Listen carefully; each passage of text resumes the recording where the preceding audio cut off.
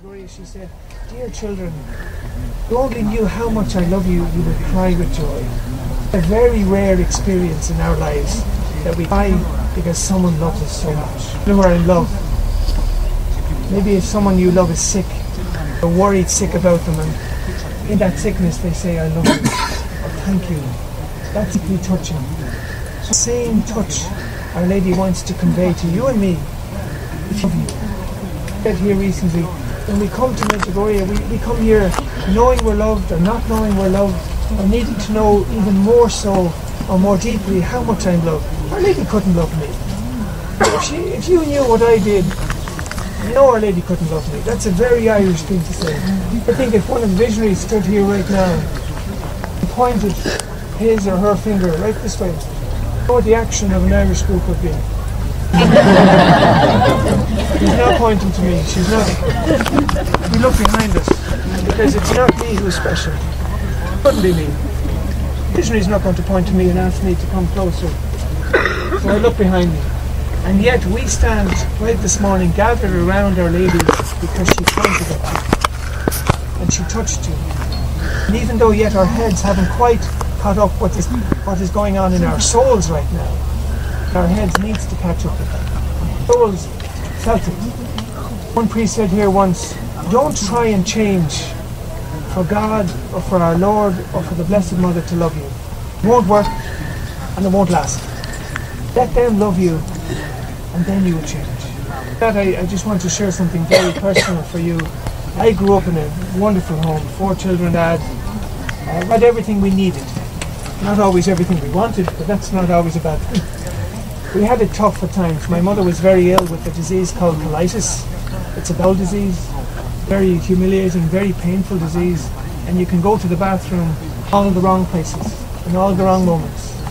I was always in hospital. Someone anonymously put £500 in our letterbox to enjoy Medjugorje. That's all it said.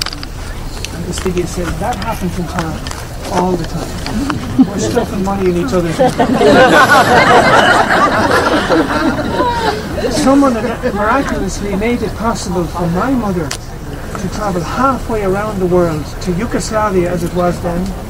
Father's response, "Pat, wait. We'll save up another £500 and I'll go with you." And Lady, she said, "The apparitions will be over." And I think that was 1985. My mother came here. Physically, 26 in one house in Chiplock, near to where Ivanka lives. No shower, 1 toilet, 1 hot water basin. So the first 2 or 3 got the best wash. You were dropped in here at 9 in the morning and you were picked up at 9 at night and brought back to your house 5 kilometres from here. Impossible for my mother, her colitis. And yet she did it. Climbed this mountain, incredible, there's no toilets here. She couldn't go to Dunn's Stores, which was 2 miles from my house, without being all stressed that she would be humiliated again in the car or in the street because of her bowel condition. She came home, and I will never forget as long as I live. For you, I tell you, the peace my mother brought into our house changed our entire family. She went from being Patricia Worry Ryan, all you mammies had that year, to being Peaceful Patty, as we call her now. It was nothing she said that touched me most. It was the peace that I could see in her face, glowing. And I said, I have to go. I have to touch what has just happened to my mother. And a year later, I got a tax rebate after working for the summer, and I came here in December '86. That's another part. 3 weeks after Mom came home, Dad again came in from work that day. "How are you, love? How are you, pet? How was your day?" And my dad was quiet. And he said, "Pat, I need to tell you something. Serious now. The kettle is on. You were away, and even since you've come back, the one thought will not leave my head. Maybe all this depression, these terrible dark episodes, he would mood swings, Christmas, joy to the world, not in my house. Dad would always be in a bad mood at Christmas. Maybe all this mood swings, and maybe he said, maybe it's not depression, he said, maybe I'm an alcoholic." And my mother nearly fell off the stool. She said, "Where did you get that?" He said, "I don't know." He said, "But I just feel that if you went away, and they won't leave me. And then my mother said, well, I have something to tell you, Eddie, love. Mom was in Medjugorje like you and me. On the last day she climbed this mountain, and she bring us all to Our Lady one by one. We used to live in a hotel, we owned a hotel. And we ended up at one point on the 7th floor of Ballymont Flats. Well, at that point. Mom was sitting here giving all of us to Our Lady, and that whole pictures and her kids and life. A big man came near her and he sat down, and Mom was very tiny. She got nervous because there was no one else on the mountain. He said, do you mind if I just tell you something? Mom said, what is it?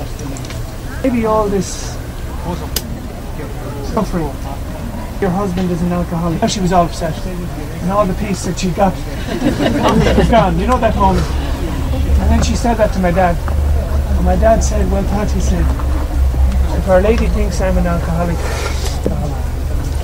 And that night he went to an AA meeting. He went to one every day until he died, suddenly in the year 2000. And through that, the peace and the joy and the contentment my father found was a dream. It was Disney World. It was everything you longed for. And he used to joke a year later, because of how well he was recovering, he said, I can't even get into a bad mood now if I want to. He then went on to help others. And as you help others, may you find freedom from this. The peace and the joy. My father came here then. Here many times with my mom. I have some photos in my mind of my parents here. My father died. It was all very sudden and all very tragic for us and very hard. Never known anybody in the family to die. My dad was the first. Still, thank God. Something I want to share with you, and I hope that this makes this. I was the last to talk to my dad. Hospital. We didn't know he had Legionnaire's disease. He was dying and we didn't know. He had no oxygen. Legionnaire's is a very violent pneumonia. And I was rubbing his foot because it was about the only part of his body that didn't have a tube in it. And as I rubbed his foot, he would be in and out of consciousness, and I thought he'd gone to sleep. And I began to leave, and he woke up and he said, don't go, he said. Hey. But Dad, I'll stay until you go to sleep. And I said, I love you, Dad. Off his mask again, and he said, I know. And he would be in and out, and I think finally he fell asleep. And I went home after midnight. Dad had a heart attack that night, and he would never resume consciousness. I would never hear his voice, ever again. 2 days later, he died. I remember being alone with him, laid out, and I cried my eyes out. And I was shouting at him inside, why did you not tell me you loved me back? Now I'll never hear it, ever. I was gutted.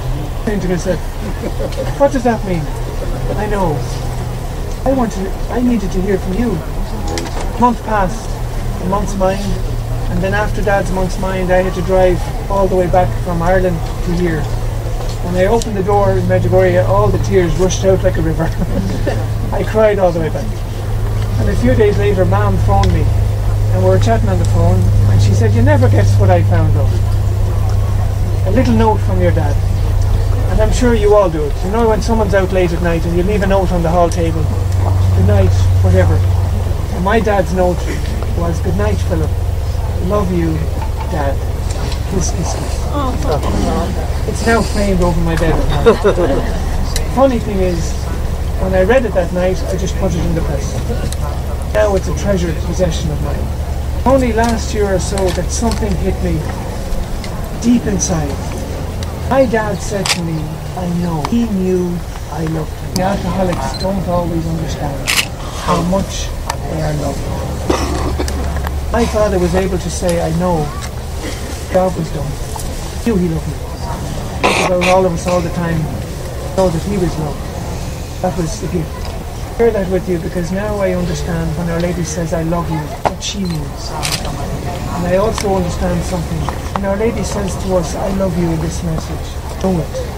The greatest response I think of Our Lady is to say to Our Lady back, I know that you love me. Wherever the secret of Medjugorje, the secrets of Medjugorje, Our Lady chose you and me to be here this week is all because of love. Our Lady is so tiny. Her love for us.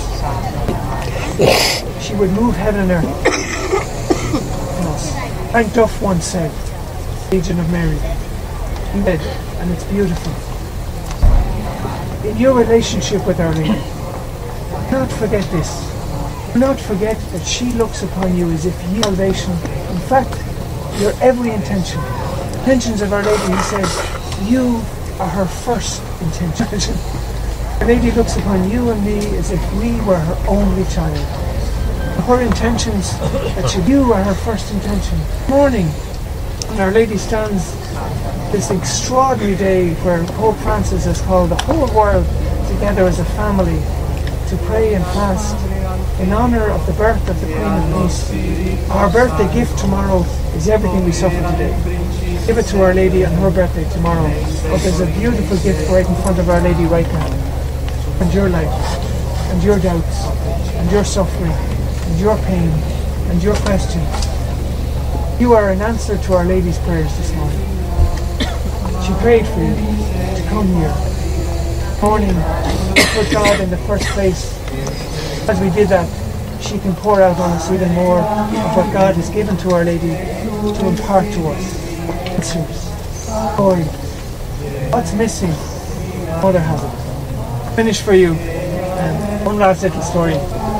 My brother is 6'5", my mother's 5'0". And my brother was living at home all through the Celtic Tiger, because when Dad died, he felt just to stay close to Mum so she wasn't on her own. Home from work, job very stressful, everyone has that. And he had in his work, I think now companies especially hire them, bullies. He had the biggest bully God ever made, all little Frenchman. He reduced my brother to tears with one comment in front of the board of directors, even though it wasn't true. Bully. Big brother, sensitive, giant. He'd come in the door at night from work, turn the key, Ma, where are you? Kitchen or the dining room or the sitting room, garden, I'm here, love. And he'd drive him, oh Ma, what all the computers that crashed, all the directors screaming at me, and Citrix problems. My mother did an exam in Citrix, she passed. She wouldn't have a clue what's about it. She'd listen. 20 minutes, a half an hour, and then would you like a cup of tea, love? End of that, dumping, offloading. Lighter, more peaceful. All of you mothers and fathers, you have that with your children. Anyone who listens to us with love has the gift of healing. That way, he felt better and he got on with his evening. My brother now lives in Dubai. Apartment that you get lost in. All the way to the Middle East to visit him. He was shown around this mansion of an apartment. Worked the next morning, he came back that evening and I was on the phone to them and he was laughing. Phil, he said, I went to work this morning, I came home and I don't know where anything is. What did Mom do as soon as she got in there? She tidied up. She threw out things she knew he wouldn't need. He didn't know it yet, but she did. From top to bottom. And that's Our Lady. Home to her, find her. Mom, where are you? Here at the Blue Cross, on operation. Go there. Call out to her and allow her into that place in your heart. Allow nobody to go. Door closed a long time ago. Closed because it was just too mother now. Allow her do what my mother did. Brother's apartment. Tidy up our life. Our hearts. Presence of her son. Prayer group were formed. July. Dan is gone. And the last Friday night, Old Blue Cross is here. Bigger space. You're our rent plan. And the Dan's prayer group here. This is a great moment for us, aware of Our Lady's presence and Father.